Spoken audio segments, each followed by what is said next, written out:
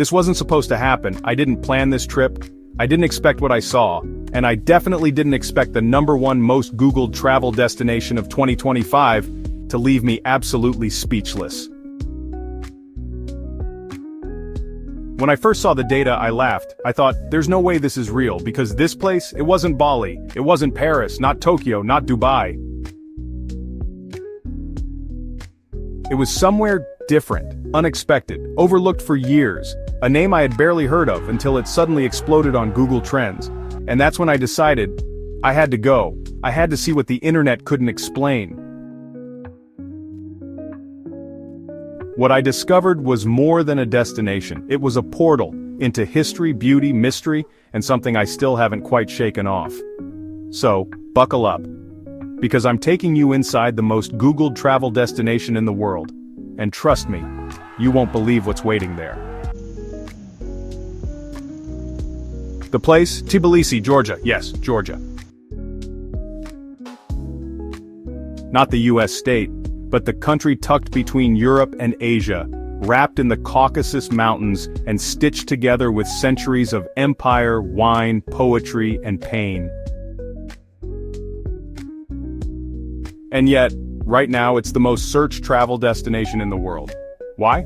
That's exactly what I set out to uncover. The plane ride in? Rough. I landed just after midnight. The airport was dim, quiet, eerily calm, but the moment I stepped into the street, I felt something shift. Tbilisi at night is a paradox. Ancient brick streets glowing under futuristic LED art, church bells ringing while a DJ spins house music nearby, people sipping wine on sidewalks at 2 a.m. like it's noon. It didn't feel like a capital, it felt like a secret city that the world just remembered. But the question still lingered, why now? Morning in Tbilisi hits differently. Golden light pours through narrow alleys. Balconies hang precariously off colorful wooden homes. You hear birds, and the distant sound of church choirs echoing through stone. It's haunting, beautiful, weirdly cinematic, and then it gets even stranger.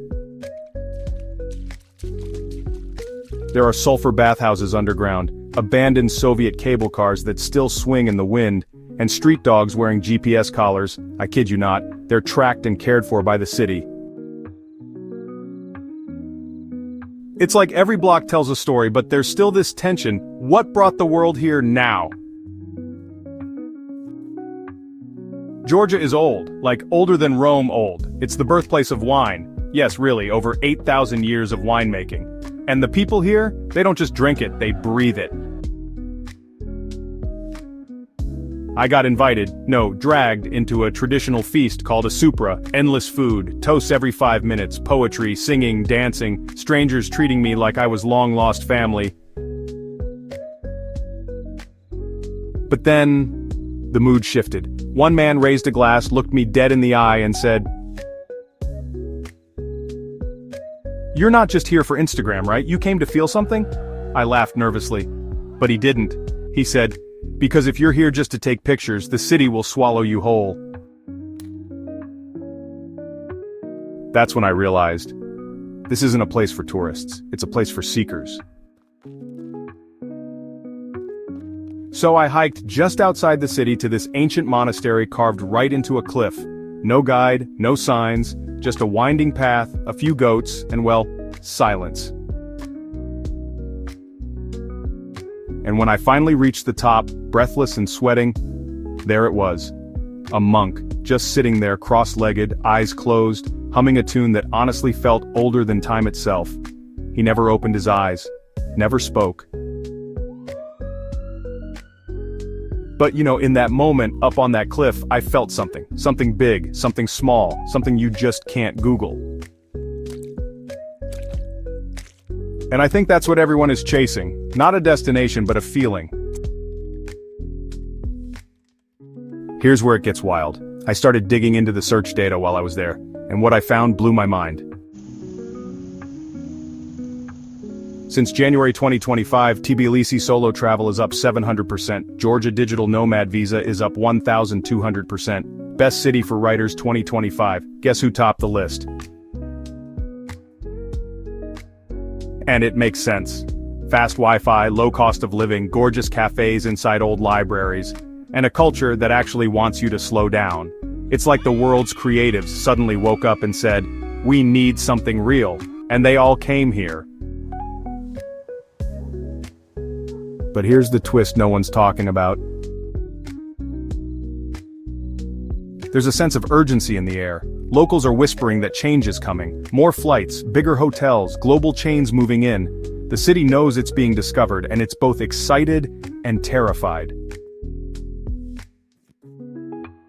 One shop owner told me, Tbilisi is like a beautiful book that's about to be turned into a movie, and the readers are afraid it'll lose its soul. I didn't know what to say, because honestly deep down, I felt it too. This city is magical. But, you know, magic fades fast once the world shows up with cameras.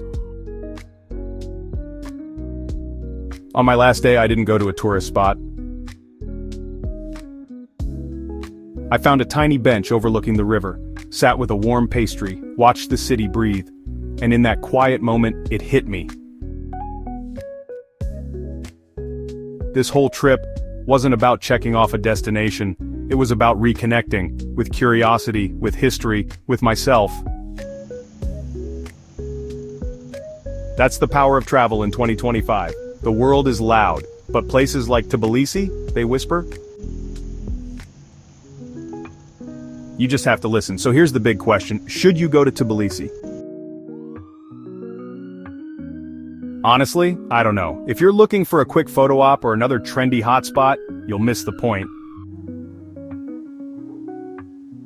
But if you want to be overwhelmed by hospitality, get lost in ancient streets, eat food that's older than your family tree, and feel something real for once,